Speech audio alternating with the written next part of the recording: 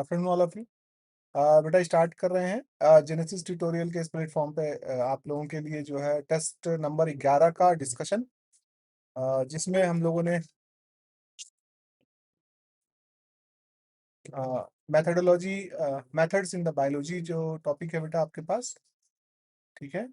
Unit number 3 जो है उसको बेटा हम लोग लेकर चल रहे हैं। तो क्वेश्चन नंबर फर्स्ट से स्टार्ट करते हैं बेटा आपके पास। In isoelectric focusing IEF proteins are separated based on which property, ठीक है। किस प्रॉपर्टी के हिसाब से प्रोटीन क्या किया जाता है बेटा आपके पास, जो है आपका सेपरेट किया जाता है। तो ऑप्शन आपके पास दिए हैं बेटा आपका, that is the molecular weight. Molecular weight आपके पास, electrophoretic mobility, relative content of acidic and basic residue, और quaternary structure of the protein है बेसिकली। तो यहाँ पर आंसर जो होगा वो relative content of the acidic and BH basic residue का मामला होता है बेटा, ठीक है। पीएच वैल्यू पर बेसिकली हम लोग इसको, मतलब PI पॉइंट पर क्या कर रहे होते हैं बेटा, इसको देख रहे होते हैं। ये तब तक मूव करता है जब तक एक पर्टिकुलर पीएच लेवल तक क्या ना कर जाए, चला ना जाए। तो आंसर बेटा आपके पास क्या रहेगा, relative content of the acidic and basic residue, ठीक है बेटा।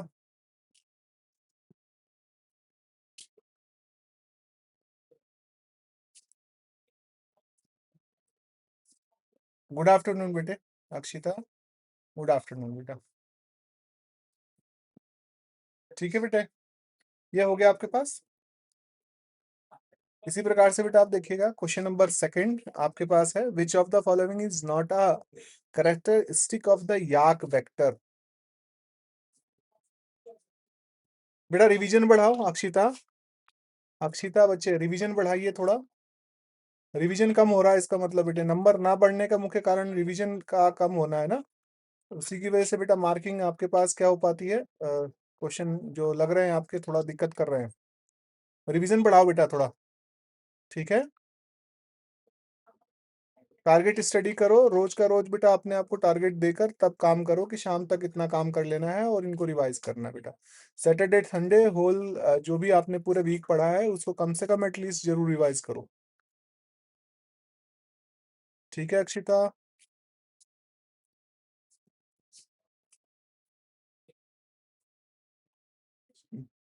रिवीजन ही बेटा, revision is the key of success. सीधा सीधा ध्यान रखिएगा इस चीज को, जितना आप रिवाइज करेंगे, क्योंकि ऐसा होता है जैसे जैसे आप आगे बढ़ते जाते हैं पीछे की चीजें आदमी भूलता चला जाता है बच्चों। तो अगर रिवाइज नहीं करोगे तो भूलते चले जाओगे। फिर ऑप्शन क्या होगा, दो ऑप्शन तो आपको पता है कि, है ना बेटा।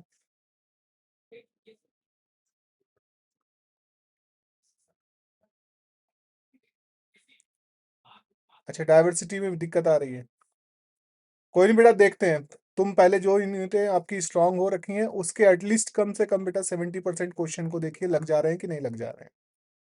एक बार पूरा टॉपिक पढ़िए, अपना यूनिट्स कंप्लीट करिए, उसके बाद जो हम लोगों के मॉक टेस्ट हैं, इसीलिए मॉक टेस्ट आपको अवेलेबल कराए गए हैं बेटा, इनको लगाइए।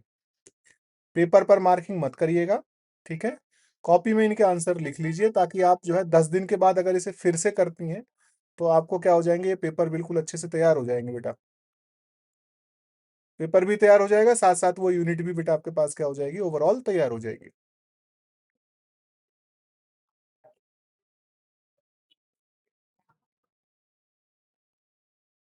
हाँ जी बेटा, हाँ, बस अब फुल लेंथ हम लोग डालेंगे नेक्स्ट आने वाले दिनों में, तब आपका क्या हो जाएगा, बढ़िया से हो जाएगा मामला, है ना।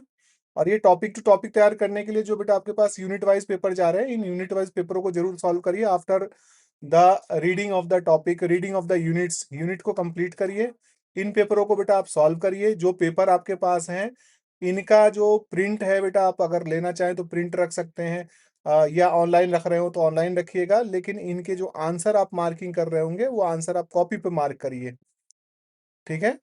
और इसको कम से कम एक हफ्ते बाद दोबारा से चैप्टर को देखिए, और या मतलब सडनली आप इसको जो है दोबारा अटेम्प्ट करने की कोशिश करिए, और ये देखिए कि कितना रिटेन कर पा रहे हैं, कितना रुक रहा है हम लोगों में, एक यूनिट से कितना हम जो है रिटेन कर चुके हैं, और एक हफ्ते तक हमारा कितना बचा हुआ बेटा।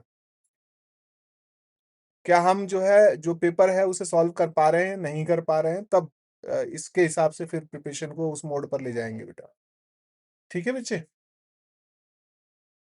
अक्षिता, ऐसे ट्राई करिए बेटा इसे। ठीक है बच्चे, हाँ ठीक। चलिए आगे चलते हैं। क्वेश्चन नंबर सेकंड बेटा आपके पास है, विच of the following is not a characteristic of a yak vector. निम्नलिखित में कौन सा याक वेक्टर की विशेषता नहीं है। ठीक है। अच्छा अब यहाँ देखिएगा कि फर्स्ट ऑफ ऑल यहाँ आंसर आपके पास क्या हो जाता है, ए ही हो जाता है, यस, क्योंकि सर्कुलर डीएनए है ना। ये ईस्ट आर्टिफिशियल क्रोमोसोम है, ये बेसिकली क्या है, ईस्ट आर्टिफिशियल क्रोमोसोम है। ठीक है बेटे, ईस्ट आर्टिफिशियल क्रोमोसोम के सिनेरियो पर अगर हम बात कर रहे हैं तो आपसे, आपको पता है ये बेटा यूकैरियोटिक है। कैसा है बेटा आपके पास, यूकारियोटिक है बेटे। ठीक है बच्चे, चलिए क्वेश्चन नंबर सेकंड देखिएगा। क्वेश्चन सॉरी सेकंड हो गया, थर्ड पर देखिए। In the SDS page the function beta mercaptoethanol, mercaptoethanol, ठीक है, ये क्या काम कर रहा होता है। तो बीटा मर्केप्थेनॉल जो होता है बेसिकली ब्रेक करता है डाइसल्फाइड बॉन्ड्स। ये किसको ब्रेक करता है बेटा आपके पास, डाइसल्फाइड बॉन्ड्स को क्या करता है, आपका ब्रेक करने का काम करता है। ठीक है। क्वेश्चन नंबर फोर देखिएगा। Which enzyme is use to polish or blunt the end of the DNA fragment with 3' overhang. Blunt करने के लिए किस एंजाइम का उपयोग किया जाता है। ठीक है, तो यहां पर आपके पास क्या होता है, दैट इज द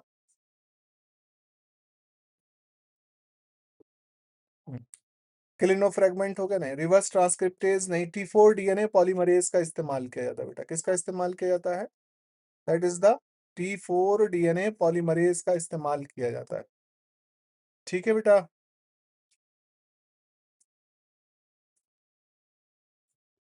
हो गया बेटे।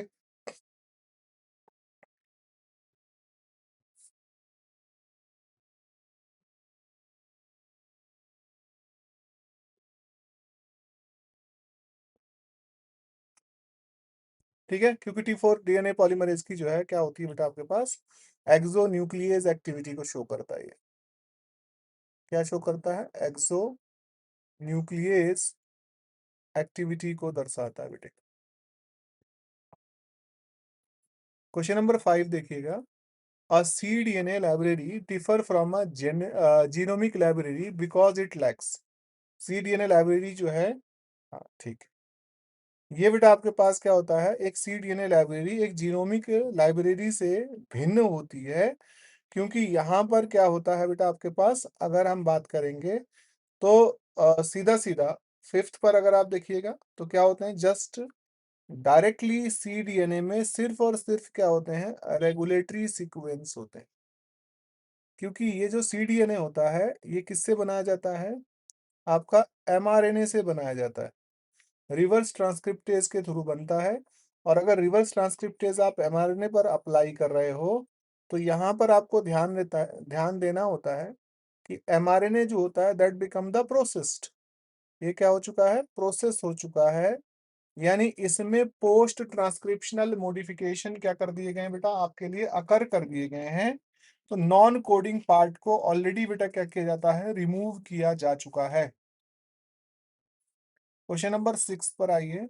If a distribution is perfectly symmetrical, ठीक है, एक यदि डिस्ट्रीब्यूशन की बात अगर हम लोग कर रहे हैं आपसे, तो परफेक्टली क्या है बेटा आपके पास, सिमेट्रिकल है।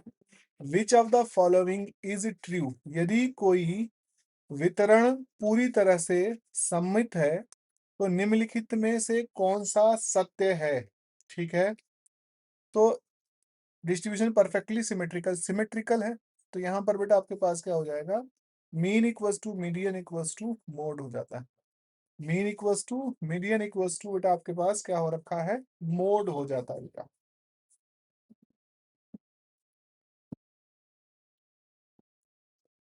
ठीक है बच्चे, नेक्स्ट देखिएगा। आप देखिए, the chi square test is primarily use to measure the, ठीक है, ये बेटा बेसिकली इस्तेमाल किया जाता है काई स्क्वायर टेस्ट को, अगर हम देखते हैं तो ये नॉन पैरामीट्रिक स्टेटिकल टूल है। क्या है ये बेटा आपके पास क्या होता है, non parametric parametric static tool है बेटा। ठीक है बेटे, तो ये किस चीज को बेटा आपके पास दिखवा रहा होता है, ये गुडनेस ऑफ फिट को क्या कर रहा होता है बेटा आपके पास, शो कर रहा होता है, डिफाइन कर रहा होता है। क्वेश्चन नंबर 7 पर अगर आप देख रहे हैं, ठीक है,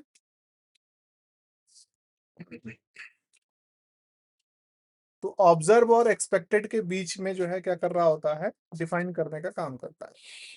चलिए क्वेश्चन नंबर 8 देखिएगा, type 1 error in hypothesis testing occur. क्या पूछा गया है, type 1 error in hypothesis testing occur when, परिकल्पना परीक्षण में टाइप 1 त्रुटि तब होती है जब। ठीक है बेटा, तो ये बेसिकली क्या होता है, the null hypothesis is rejected when it is true. Null hypothesis जो आपने परिकल्पना दी थी बेटा, वो क्या हो जाती है, आपका रिजेक्ट कर दी जाती है। ठीक है, जब वह क्या होती है, पूर्णतः सही होती है।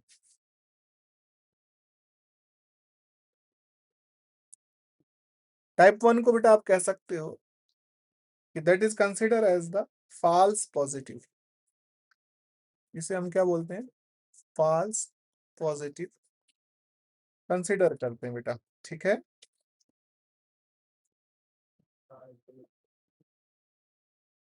यानी एक रिसर्चर जो है बेटा आपके पास क्या कर रहा है, रिसर्चर आपका जो है वो क्या कर दे रहा है बेटा आपके पास, ट्रू नल हाइपोथेसिस को रिजेक्ट कर दे रहा है। ठीक है, क्वेश्चन नंबर 9 देखिएगा, क्वेश्चन नंबर 9 है कि the resolving power of the light microscope is limited primarily by.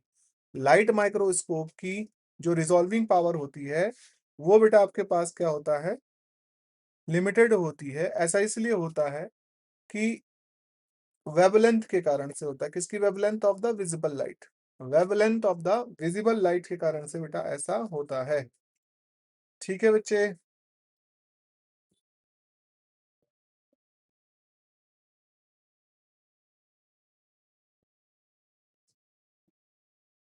तो ये 200 एनएम से नीचे बेटा क्या नहीं कर सकता है, विजिबल लाइट पर अगर आप देख रहे हो तो ये करीब 400 से लेकर क्या हो सकती है, 700 एनएम तक की होती है। ठीक है, ठीक है बेटा, तो एक स्टैंडर्ड लाइट माइक्रोस्कोप क्या नहीं कर सकता बेटा, can't resolve the structure smaller than the two, आप कह सकते हैं।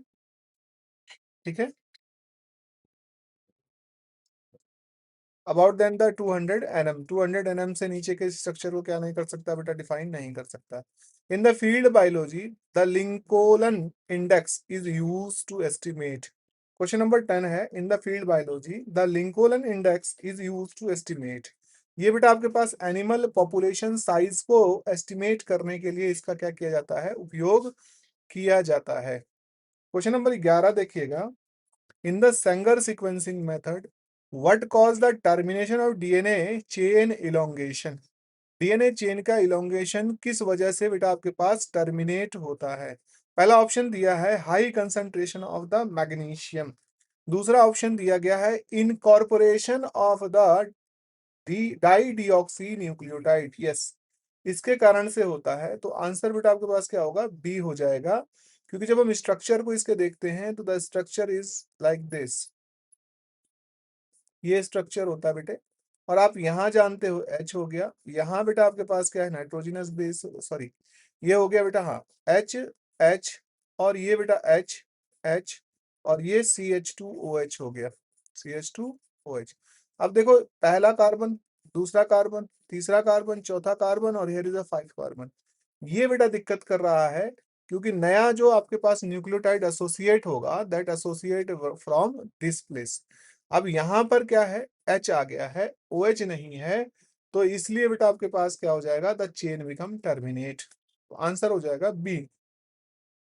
Right the strategy, question number 12 को अगर देख रहे हैं बेटा आपके पास, तो right the strategy is specifically use to sequence large complex genome by breaking them into overlapping fragment. बड़े जटिल जीनोम को ओवरलैपिंग टुकड़ों में तोड़कर अनुक्रमित करने के लिए विशेष रूप से किस रणनीति का उपयोग किया जाता है, that is called the short gun sequencing. इसे बेटा शॉर्ट गन सीक्वेंसिंग कहा जाता है। ठीक है।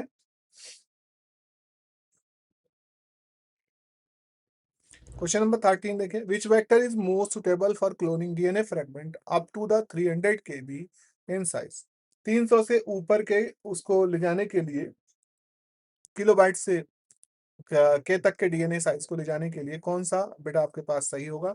तो that is the bacterial artificial chromosome बेटा। ठीक है, क्योंकि प्लाज्मिड मुश्किल से 20 से 10 केबी को लेकर जाता है बेटा। ठीक है, 100 से 300 केबी तक जो है बाक लेके जाता है। Question number 14, a DNA microarray the probe usually refer to. DNA micro उसमें जो है माइक्रो एरे टेक्निक में जो प्रोब होती है वो किस चीज को बेटा शो करती है? ठीक है, तो इसमें क्या होता है कि the DNA sequence attach to the glass slide. DNA का जो सीक्वेंस होता है वो ग्लास स्लाइड से बेटा आकर क्या हो जाता है? एसोसिएट हो जाता है। क्वेश्चन नंबर 15 देखिएगा, which technique is use to detect the post translational phosphorylation of the protein. ठीक है, तो क्वेश्चन नंबर 15 में अगर आप देखेंगे, हम पोस्ट ट्रांसक्रिप्शनल या सॉरी ट्रांसलेशनल फास्फोराइलेशन देख रहे हैं, यानी addition of the phosphorus molecule after the translation, यानी ट्रांसलेशन हो चुका है जीन का, प्रोटीन बन चुका है, और इस प्रोटीन पर जो मॉडिफिकेशन किया गया है through the help of the क्या लगा दिया गया? Phosphorus molecule. तो इसे बेटा आप क्या करते हैं, अब कोई मॉलिक्यूल अगर एसोसिएट करोगे तो उसका वेट क्या कर जाएगा बेटा? बढ़ जाएगा। तो हम इसे मास स्पेक्ट्रोमेट्री से क्या कर रहे होते हैं बेटा? रीड करते हैं। The TI plasm is use for plant transformation is naturally found in. ये किस में पाया जाता है टीआई प्लाज्मिड? तो ये एग्रोबैक्टीरियम ट्यूमिफिशियंस में पाया जाता है, जो क्राउन गॉल डिजीज कॉज करता है। क्वेश्चन नंबर 17 देखिएगा, which enzyme is essential for creating the cDNA library.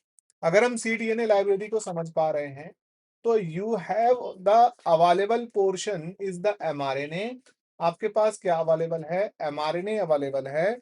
और अगर इस mRNA को आप देख रहे हो तो आप रिवर्स ट्रांसक्रिप्टेज का इस्तेमाल करते हो। किसका इस्तेमाल करोगे? रिवर्स ट्रांसक्रिप्टेज का इस्तेमाल करोगे, जिससे कि cDNA लाइब्रेरी क्या करी जाती है बेटा? क्रिएट करी जाती है। अगला question number 18, a cosmic vector is a hybrid. Cosmic vector जो है आपका हाइब्रिड होता है। ठीक है, किसके बीच में होता है? यह वेक्टर किसके बीच का, यह कॉस्मिक वेक्टर किसके बीच का संकर है? ठीक है बेटा, तो ये फाज लैम्डा एंड प्लाज्मिड के बीच का संकर होता है। क्वेश्चन नंबर 19 देखिएगा, what is the primary role of the selectable marker in the vector? To initiate the replication to identity and grow only transform cell to cut the dense to increase the protein yield. Question number 19 पर अगर आप देखेंगे तो identify and grow the transform cells. ठीक है बेटा,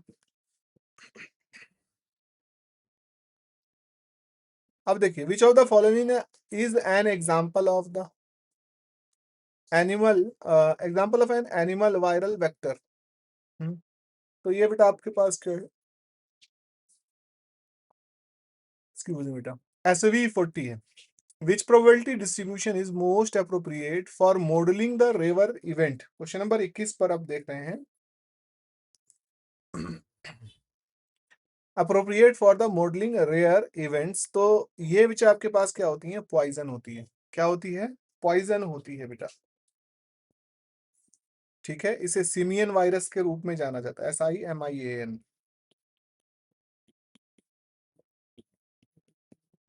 simian virus के रूप में क्या करा जाता है बेटा? जाना जाता है। ठीक है बेटा,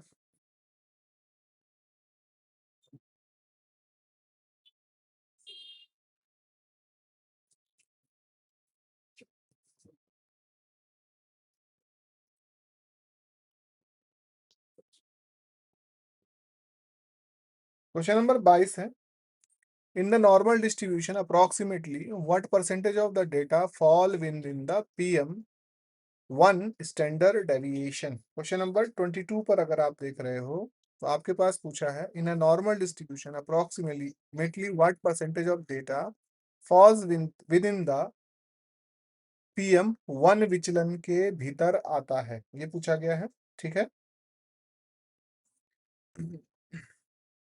तो यहां पर बेटा आपके पास क्या होता है, दैट इज द 68%। कितना आता है बेटा आपके पास? 68%। ठीक है बेटा, इसे फंडामेंटल स्टैटिकल रूल के रूप में जाना जाता है। फंडामेंटल स्टैटिकल रूल के रूप में बेटा क्या करा जाता है, जाना जाता है। ठीक है बेटा,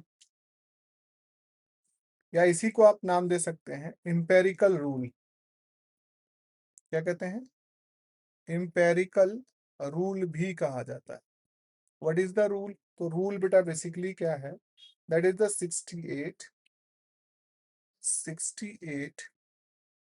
95 और फाइनली बेटा 99.7 रूल के रूप में जाना जाता है।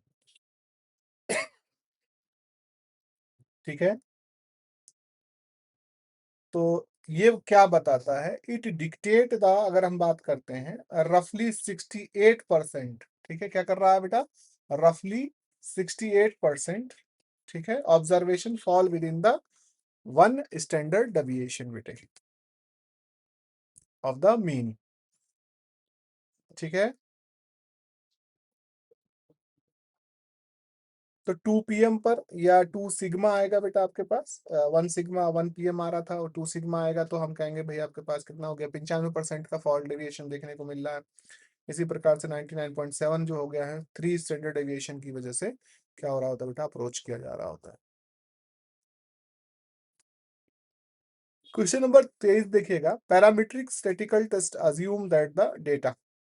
ठीक है, दैट आप कह सकते हैं कि ये बेसिकली क्या होता है,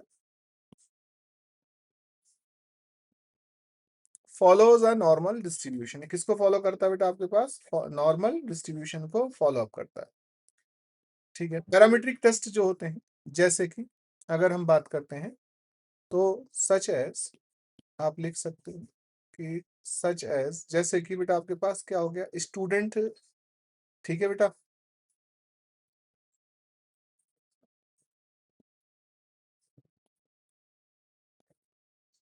ये टी टेस्ट हो गया। ठीक है, और अनोवा। ठीक है,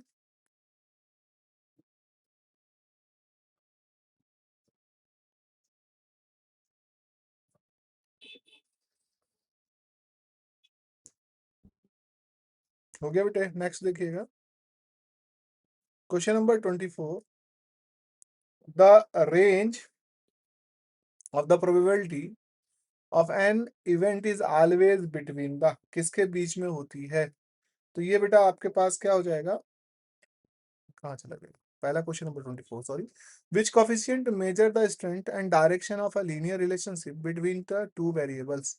तो दैट इज द कोरिलेशन। हम क्या कर रहे होते हैं, कोरिलेशन सहसंबंध गुणांक का इस्तेमाल करते हैं। ठीक है, क्वेश्चन नंबर 25 पर देखिएगा, तो probability of an event is always between the 0 to 1। हाँ, ये 0 to 1 के बीच में होती है बेटा। ठीक है, 0 to 1।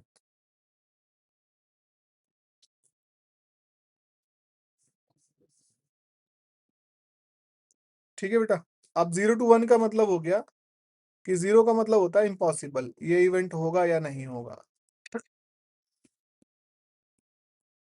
और 1 का मतलब हो गया बेटा आपके पास क्या होगा, possible. The event become possible.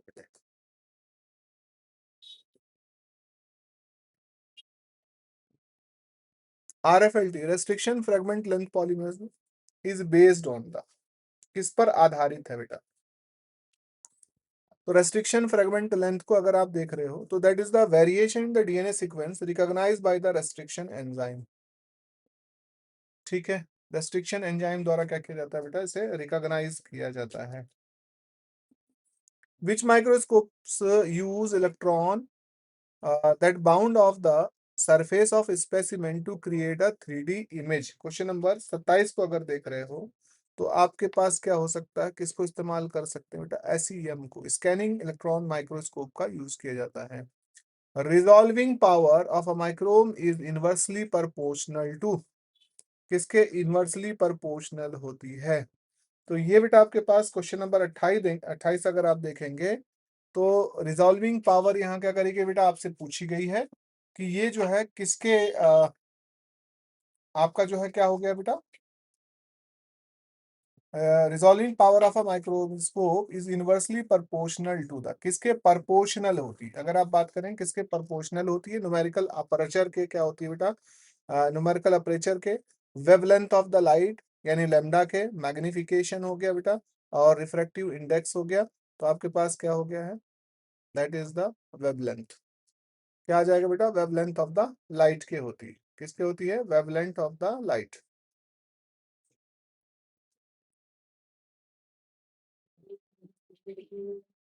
Sorry बेटा, क्वेश्चन नंबर 29 देखिएगा। Remote sensing in habitat characterisation primarily, पर्यावास लक्षण वर्णन में रिमोट सेंसरिंग मुख्य रूप से किसका उपयोग कर रहा होता है। तो ये इलेक्ट्रोमैग्नेटिक रेडिएशन का इस्तेमाल करता है, किसका इस्तेमाल होता है, इलेक्ट्रोमैग्नेटिक रेडिएशन का इस्तेमाल होता है। What is the main advantage of AFLP over the RAPD, RAPD का जो है बेटा आपके पास क्या होता है, मेन एडवांटेज क्या है। तो AFLP जो होता है हाईली रिप्रोड्यूसिबल होता है, ठीक है, जबकि अगर आप देखोगे RAPD तो ये इतना रिप्रोड्यूस या लो रिप्रोड्यूसिबिलिटी को बेटा क्या करता है, शो कर रहा होगा। किसको शो कर रहा होगा बेटा आपके पास, लो रिप्रोड्यूसिबिलिटी को शो कर रहा होता है। ठीक है बच्चे, एक नेक्स्ट देखिएगा। इसी प्रकार से बेटा अगले क्वेश्चन पे हम लोग चलते हैं। तो क्वेश्चन नंबर है बेटा आपके पास 31।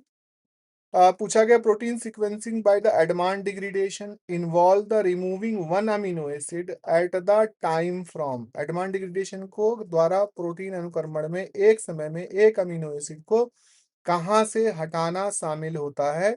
तो हमने कहा था, ये बताया था आपको कि हम इसे कहाँ से हटा रहे हैं, एन टर्मिनस से हटा रहे होते हैं, सेंगर मेथड ऑफ सीक्वेंसिंग में भी और यहाँ से भी। ठीक है बेटा, ये क्लासिकल मेथड है बेटा, इसका जो है ना सीक्वेंसिंग, प्रोटीन सीक्वेंसिंग है। ठीक है, a large scale analysis of gene expression is best achieved by, किसके द्वारा बेटा आपके पास अचीव किया जाता है,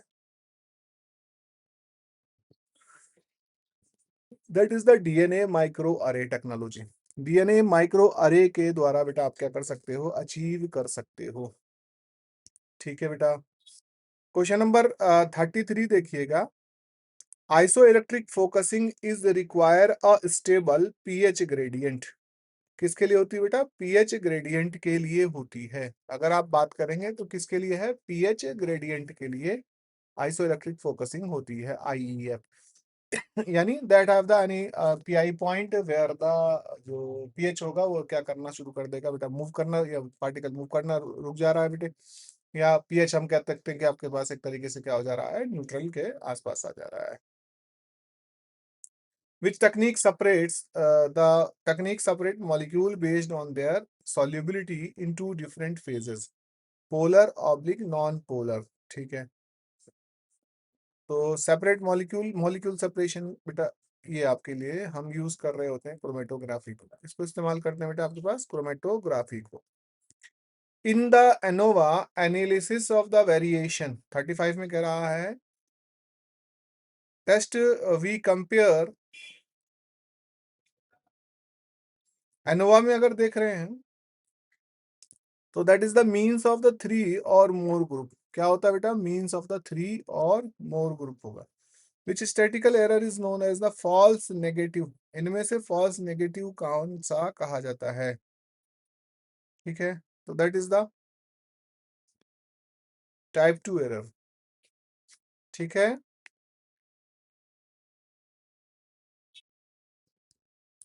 आप कह सकते हैं कि व्हेन अ रिसर्चर, अगर हम बात कर रहे हैं तो आपके पास एक रिसर्चर है,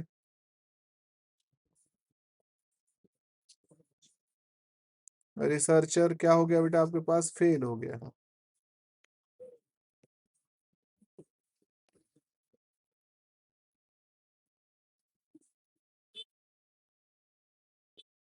ठीक है बेटा, नल हाइपोथेसिस।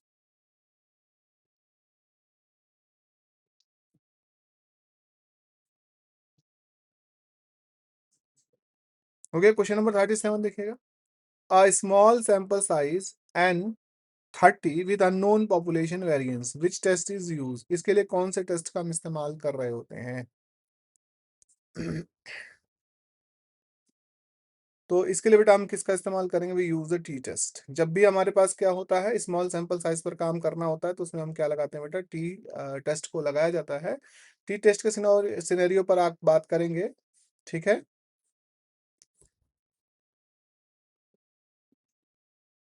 जब यहाँ पर बेटा स्टैंडर्ड डेविएशन और variance of the entire population क्या हो रखी है आपका? अननोन है। क्वेश्चन नंबर 38 पर चलिए। The confidence interval provide a range of value that likely contains. Question number 38। Confident interval व उनके मूल्यों की एक सीमा प्रदान करता है जिनमें संभावित रूप से होता है। तो ये पॉपुलेशन पैरामीटर्स होते हैं। कौन से होते हैं बेटा आपके पास? Population parameter. Question number 39, which molecule is typically isolated using the chloroform methanol. ठीक है बेटा, तो हम क्लोरोफॉर्म मिथेनॉल के लिए किसका इस्तेमाल कर रहे हैं? लिपिड का। ठीक है। क्वेश्चन नंबर 40 देखिएगा। Gel electrophoresis the second dimensional protein by 2D। ठीक है, 2D को हम देख रहे हैं बेटा, और 2D के सेंस पर बात कर रहे हैं कि जेल इलेक्ट्रोफोरेसिस में दूसरा आयाम प्रोटीन को किसके द्वारा अलग किया जाता है? किसके द्वारा बेटा आपके पास क्या किया जाता है? अलग किया जाता है। आइसो इलेक्ट्रिक पॉइंट हो गया बेटा आपके पास, ठीक है। दूसरा बेटा आपके पास क्या है? मॉलिक्यूलर वेट हो गया आपका। तीसरा बेटा आपके पास क्या हो गया? शेप हो गया। फिर आपके पास क्या हो गया? कलर हो गया है। तो यहाँ हम किसका इस्तेमाल करते हैं? एक तो आइसोइलेक्ट्रिक फोकसिंग होती है, दूसरा बेटा आपके पास क्या हो गया? मॉलिक्यूलर वेट हो गया। Student deviation in the square root of. ठीक है। 41 पर देखेंगे हम लोग। 41 पर क्या कह रहा है बेटा आपके पास? स्टैंडर्ड डेविएशन है of the square root of. तो ये बेटा आपके पास आता है विचरण, यानी वेरिएंस आता है। क्या आता है? वेरिएंस, क्योंकि ये एवरेज डिग्री को मेजर करता है।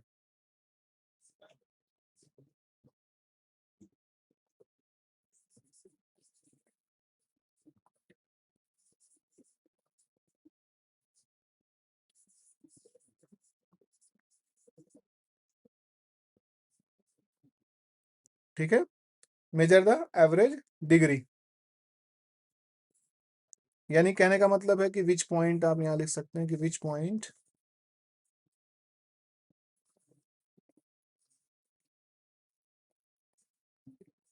Differ from mean.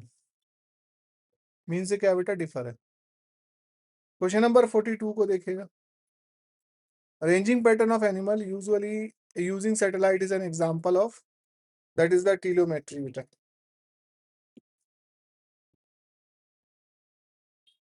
Question number 43 देखिएगा। Which of the following is a non parametric test. इनमें से कौन सा नॉन पैरामीट्रिक टेस्ट है? ठीक है बेटा, that is the Mann Whitney U test बेटे।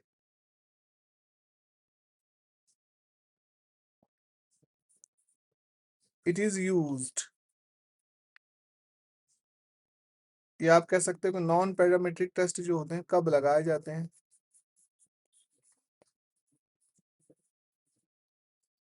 ये बेटा आपके पास क्या किया जाता है? यूज किया जाता है जब डाटा जो हो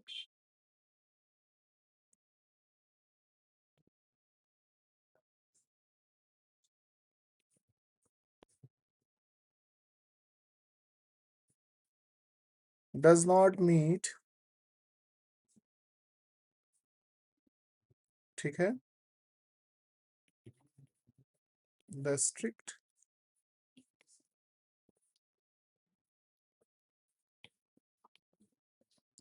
असम्पशन बेटा।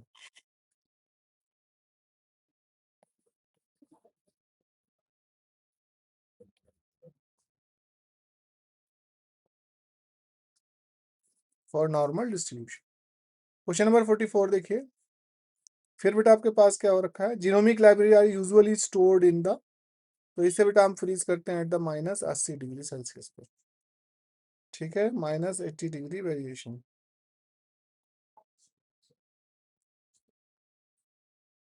ठीक है बेटा। क्वेश्चन नंबर 45 है, which isotope is commonly use to label DNA for the Southern blotting. Question number 45 पर हम किसको इस्तेमाल कर रहे होते हैं सदन ब्लॉटिंग के लिए, किसको इस्तेमाल कर रहे होते हैं बेटा सदन ब्लॉटिंग के लिए, आप किसको यूज कर रहे होते हैं, किस आइसोटोप का इस्तेमाल किया जाता है, तो हम 32P को इस्तेमाल करते हैं बेटा, P32 को। 46 पर देखिए, specific nucleic acid sequence can be done using the hybridisation with the probe, probe के साथ क्या हो जाती है हाइब्रिडाइज हो जाती है। What is the function of the ethidium bromide in gel electrophoresis. Question number 47 पर पूछा गया है, इसको अगर ऐड कर दिया जाता है तो ये कलर के लिए रिस्पॉन्सिबल हो जाएगा, to visualise the DNA under UV light.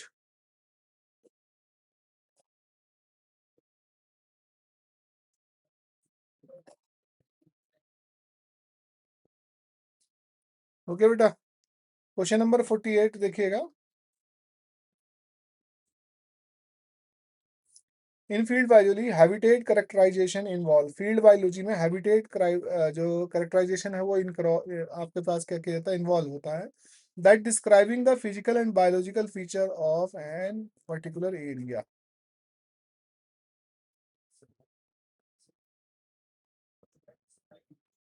Question number 49 पर रिग्रेशन एनालिसिस यूज टू, तो that is the regression analysis जो है predict the value of the dependent variables, predict the value of the dependent variables बेटा।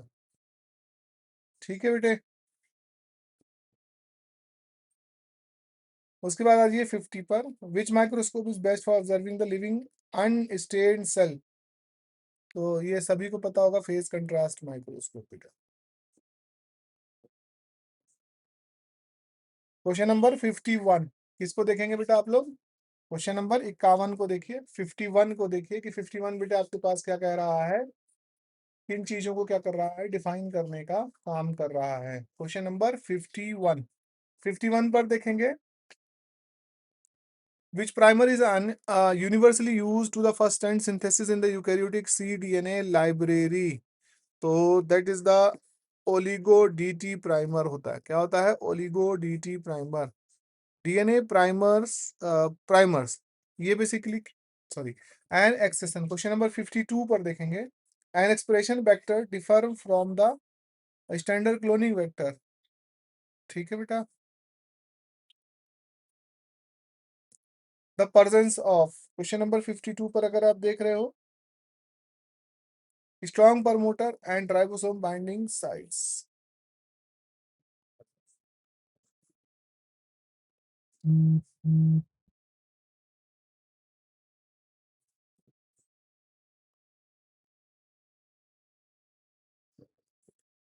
53 पर देखिए बेटा आपके पास, बैक्टीरियल आर्टिफिशियल क्रोमोसोम बैक है, are based on which natural occurring plasmid, किस पर बेस्ड है, किस पर आधारित है, तो बेटा एफ प्लाज्मिड पर आधारित,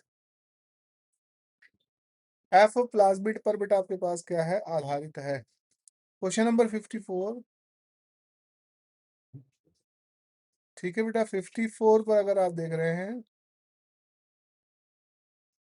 तो in screening a genomic library which equation calculate the number of clone required to find a specific gene. Question number 54 पर बेटा आप देखें Clarke Carbon formula,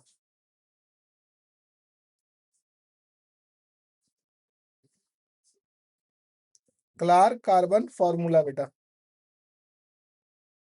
55 Edman degradation sequences amino acid from the which end, ये मुझे लग रहा है question बेटा रिपीट हो गया है ये एंड टर्मिनस अभी पीछे हम लोगों ने किया था।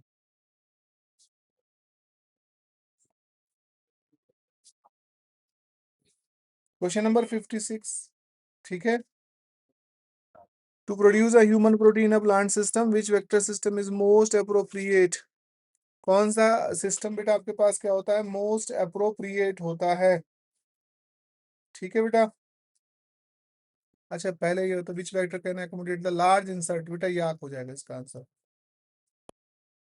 क्या हो जाएगा? लाक हो जाएगा, LA, सॉरी आपके पास क्या हो गया, वह याक जो है बड़े साइज के DNA को क्या कर सकता है बेटा, ले जा सकता है।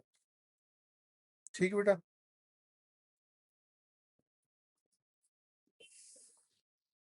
To produce a human protein in a plant system, question number आपके पास कौन सा, 57, किसको इस्तेमाल करेंगे बेटा? ठीक है बेटा। चलिए क्वेश्चन नंबर 58 पर देखिएगा, in 2D gel electrophoresis the first dimension separated by and the second is separated by 2D। ठीक है, 2D के केस में अगर हम लोग देख रहे हैं तो पहला बेटा आपके पास जो सेपरेट किया जाता है through the help of the iso electric point, और देन बेटा आपके पास क्या होता है, मॉलिक्यूलर वेट का उपयोग किया जाता है। ठीक है, क्वेश्चन नंबर 59 देखिएगा, which technique is used to the large scale simultaneous analysis of the gene expression at the RNA level पर पूछा गया, किस पर पूछा गया बेटा आपके पास, RNA लेवल पर पूछा गया है। ठीक है, 58 के केस में अगर हम लोग देख रहे हैं, नहीं 59, क्वेश्चन नंबर 59 है, विच technique is use for the large scale simultaneously analysis of the gene expression at the RNA level, RNA level पर हमसे क्या किया गया बेटा, आपका पूछा गया है। तो यहाँ बेटा आपके पास क्या हो जाएगा, that is the DNA micro अरे टेक्निक्स। DNA माइक्रो अरे टेक्निक्स का बेटा क्या किया जाता है, आपका यूज किया जाता है। ठीक है, क्योंकि जो नॉर्दर्न ब्लॉटिंग होती है ये expression of a single gene के लिए यूज करी जाती है, एक्सप्रेशन ऑफ सिंगल जीन के लिए, सिंगल जीन के लिए बेटा क्या करी जाती है, यूज करी जाती है। Question number 7, why do the dideoxy terminate the chain elongation in the Sanger sequencing. तो मैंने आपको बताया था इसका आंसर सी होगा, the lack of the 3' OH group. Which molecular marker is based on the PCR using arbitrary short primer is considered as a dominant marker? 61 पर अगर हम बात करेंगे तो that is the RAPD। ठीक है, RAPD। ठीक है, the primary advantage of the co-dominant marker like the RFLP over the dominant marker। Question number 62 देखिएगा, आपके पास क्या है कि the primary advantage of the codominant marker like the RFLP over the dominant marker like the RAPD is that they can distinguish between the homozygous and heterozygous। ठीक है, B perform without the DNA extraction, amplify RNA directly, sequence the genome automatically। बेटा तो ये distinguish कर सकता है homozygous और heterozygous को, इसलिए ये क्या होते हैं बेटा आपके पास, बढ़िया होते हैं। ठीक है, 62, क्वेश्चन नंबर 63 देखिए, thin layer chromatography TLC is the most commonly used. ठीक है, most commonly used for the rapid separation. ठीक है, high molecular weight genomic DNA interact ribosome आपके पास हो गया बेटा। ठीक है, और सी यहाँ पर बेटा आपके पास लिपिड एंड अमीनो एसिड के लिए यूज करी जाती है। AFLP, ठीक है, involve which two major enzymatic step before the PCR amplification. ठीक है, क्वेश्चन नंबर 64 पर अगर हम देखेंगे तो फर्स्ट ऑफ ऑल यहाँ पर क्या किया जाता है, रेस्ट्रिक्शन डाइजेशन एंड लाइगेशन होता है बेटा, रेस्ट्रिक्शन डाइजेशन एंड लाइगेशन बेटे। पहले DNA को क्या किया जाएगा, डाइजेस्ट किया जाएगा with the help of the restrictive endonuclease के थ्रू, उसके बाद फिर हम क्या करवाते हैं बेटा, लाइगेशन करवा रहे होते हैं और PCR को यूज कर रहे होते हैं। Question number 65, to detect the specific post translational glycosylation on a protein the best approach is, best approach बेटा आपके पास कौन सी होगी, क्वेश्चन नंबर 65 पर आप क्या कर रहे हैं बेटा, देख रहे हैं इसको। ठीक है, तो that is the mass spectrometry, glycoprotein staining को यूज किया जाता है। In the Poisson probability distribution which mathematical property hold. ठीक है बेटा, यहां पर बेटा आपके पास क्या कहा गया है, पॉइजन संभाव्यता वितरण में कौन सा गणितीय गुण सत्य है। तो माध्य जो होता है यानी mean is equal to the variance, mean जो होगा बेटा आपके पास क्या हो जाता है, वेरिएंस के इक्वल होता है। क्वेश्चन नंबर 67 देखिए, a researcher compare the mean height of a plant grown with two different fertilisers, which test is most appropriate if the data is normal. Data अगर बेटा आपके पास क्या होता है, नॉर्मल आता है, तो पीछे मैंने आपको बताया था कि स्टूडेंट टी टेस्ट का उपयोग किया जाता है। किसका उपयोग किया जाएगा बेटा? स्टूडेंट टी टेस्ट का उपयोग किया जाएगा। ठीक है, जब कंटिन्यूअस मीन्स को आप क्या कर रहे हो, इंडिपेंडेंट ग्रुप में आप देख रहे हो, जैसे फर्टिलाइजर ए फर्टिलाइजर बी के लिए।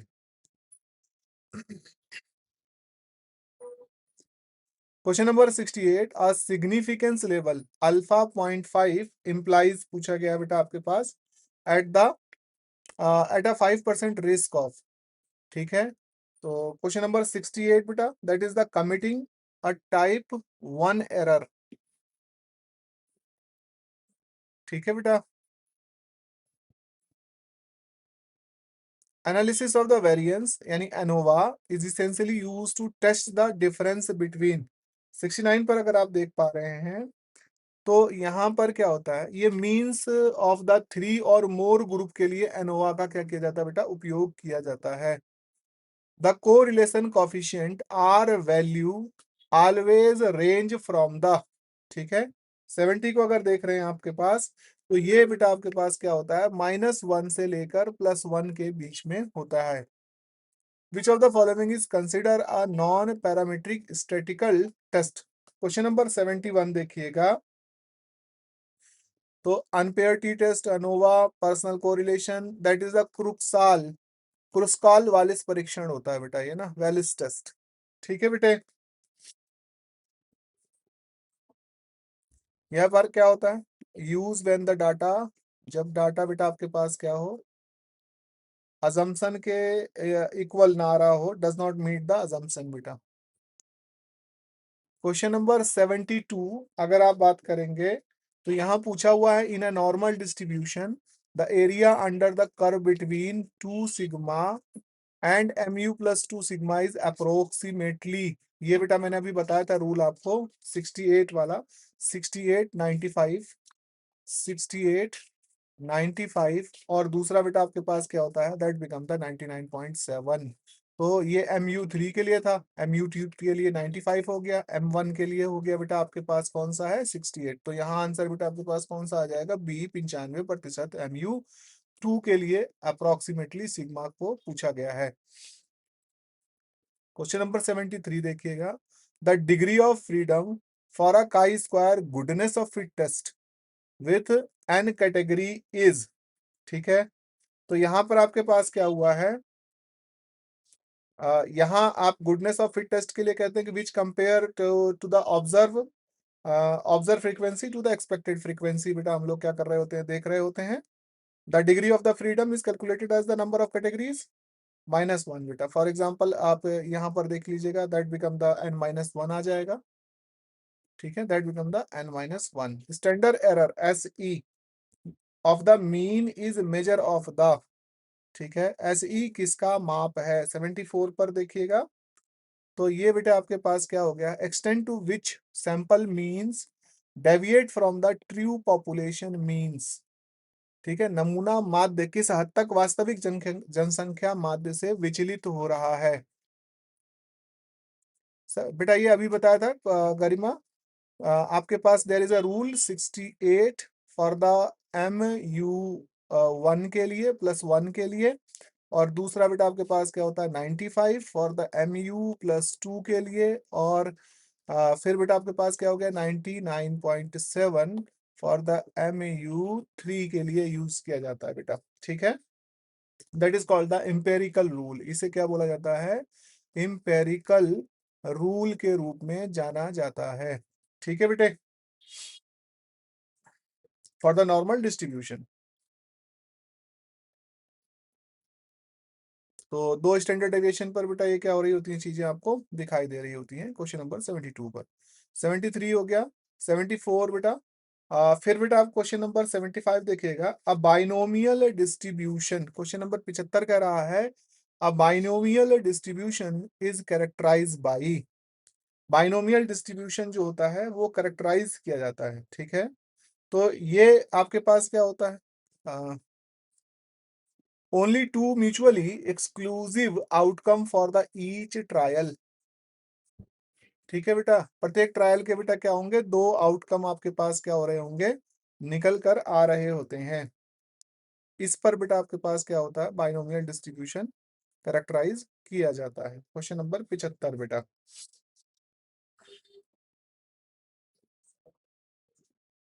ठीक है बेटा। क्योंकि रिजल्ट हमेशा क्या रहेगा, टू पॉसिबिलिटी पर रहेगा, या तो सक्सेस होगी या बेटा क्या हो जाएगा, फेलियर होगा रिजल्ट का, ठीक है बेटा। हेड आएगा या टेल आएगा, इस तरीके से बेटा आपसे क्या कर सकते हैं, डिफाइन करते हैं। तो ये बेटा आपके पास क्या है, कुल 75 क्वेश्चन है सेट नंबर 11 के। और यहीं पर बच्चे हम इसे जो है एंड करेंगे। रेस्ट ऑफ द पार्ट को हम नेक्स्ट क्लास में आपके पास कंप्लीट कराएंगे बच्चे। हमें ज्वाइन करने के लिए आप सभी लोगों का धन्यवाद।